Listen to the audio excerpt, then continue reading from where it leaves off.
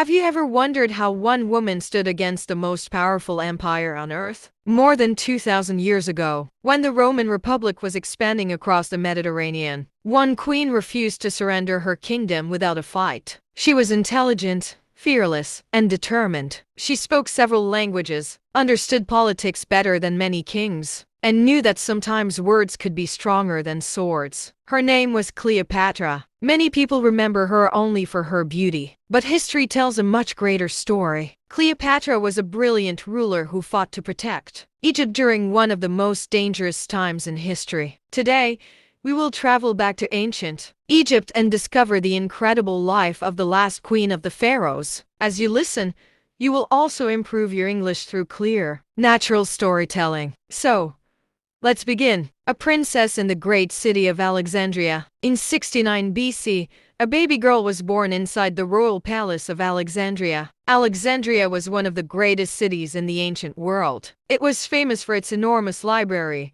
busy harbor, and magnificent lighthouse that guided ships from far across the sea. Scholars, scientists, merchants, and travelers came from many different countries. Cleopatra grew up surrounded by knowledge. Unlike many members of her royal family, she loved learning. She studied mathematics, astronomy, philosophy, geography, and history. Most importantly, she learned many languages. While earlier rulers of her family spoke mainly Greek, Cleopatra also learned the Egyptian language. She believed that a ruler should speak directly to the people, not only to nobles. From a young age, she understood something important. Knowledge creates power. A kingdom in trouble. Although Egypt was still rich, it was no longer the strongest nation. To the north, Rome was becoming more powerful every year. Roman armies defeated one kingdom after another. Many rulers feared Rome because they knew its influence was growing rapidly. When Cleopatra's father died in 51 BC, she became queen at only 18 years old. But there was a problem. According to royal tradition, she had to rule together with her younger brother, Ptolemy XIII, since he was still a child. Experienced advisors controlled him behind the scenes. At first, Cleopatra tried to rule peacefully. However, the advisors disliked her independence. They believed a young woman should not control Egypt's future. Soon, political arguments became open conflict. Finally, Cleopatra was forced to leave Alexandria. She lost her throne. Many people would have accepted defeat. Cleopatra did not. The queen who refused to give up, instead of hiding from her enemies, Cleopatra traveled east and gathered loyal supporters. She met local leaders, formed alliances, and prepared an army. She knew that if she wanted to save Egypt, she needed help from someone even more powerful than her enemies. At exactly the right moment, history offered her an opportunity. One of Rome's greatest generals, Julius Caesar, arrived in Egypt after defeating his rivals in a civil war. Cleopatra realized that meeting Caesar could change everything. But reaching him was almost impossible. Her enemies guarded the city. If they discovered her,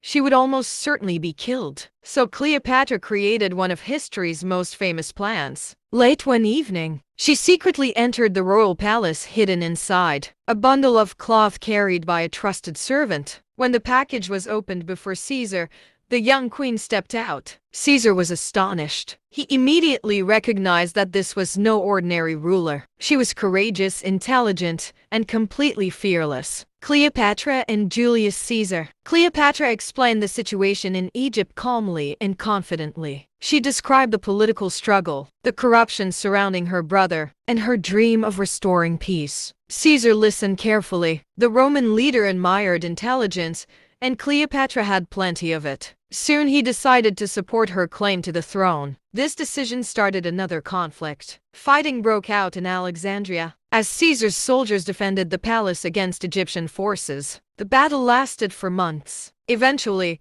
Roman reinforcements arrived. Cleopatra's enemies were defeated, and she became queen once again. For the first time, it seemed that Egypt had hope. Cleopatra and Caesar spent time together discussing politics, science, and the future of their kingdoms. Later, Cleopatra gave birth to a son whom she called Caesarion. Many believed Julius Caesar was the child's father. A new crisis. Not long afterward, Cleopatra visited Rome. She saw its impressive buildings, crowded streets, and powerful government. But beneath the surface, Rome was deeply divided. Some senators feared Julius Caesar's growing influence. They believed he wanted absolute power. On a spring day in 44 BC, everything changed. A group of senators attacked Caesar during a meeting. He was stabbed many times and died inside the Senate. News spread across Rome within hours. Cleopatra understood that she was no longer safe. She quickly returned to Egypt with her young son. The future had become uncertain once again. Meeting Mark Antony, after Caesar's death,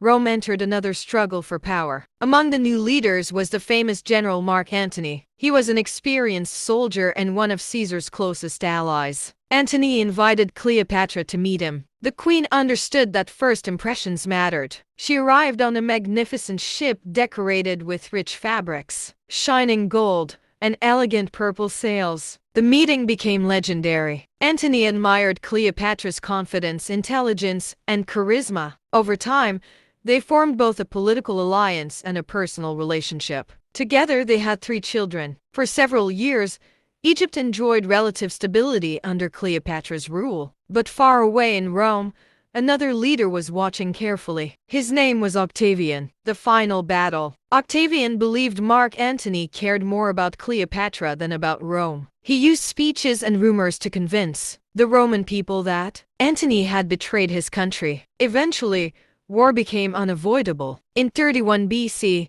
the two sides met in the great naval battle of Actium. Hundreds of ships filled the sea. The fighting was fierce. As the battle continued, Antony and Cleopatra realized victory was slipping away. Their fleet retreated. Octavian had won. They returned to Egypt, hoping to rebuild their strength. But Octavian continued advancing. Soon Roman soldiers reached Alexandria itself. The final chapter of Cleopatra's story had begun. The last queen of Egypt. During the final days of the war, Mark Antony received false news that Cleopatra had died. Heartbroken, he seriously wounded himself. When he learned she was still alive, it was too late. He was carried to Cleopatra, where he died in her arms. Cleopatra now faced an impossible choice. Octavian captured the city. Although he treated her respectfully, she understood his true plan. He intended to take her to Rome as a defeated queen and display her before cheering crowds. For someone who had ruled with pride her entire life,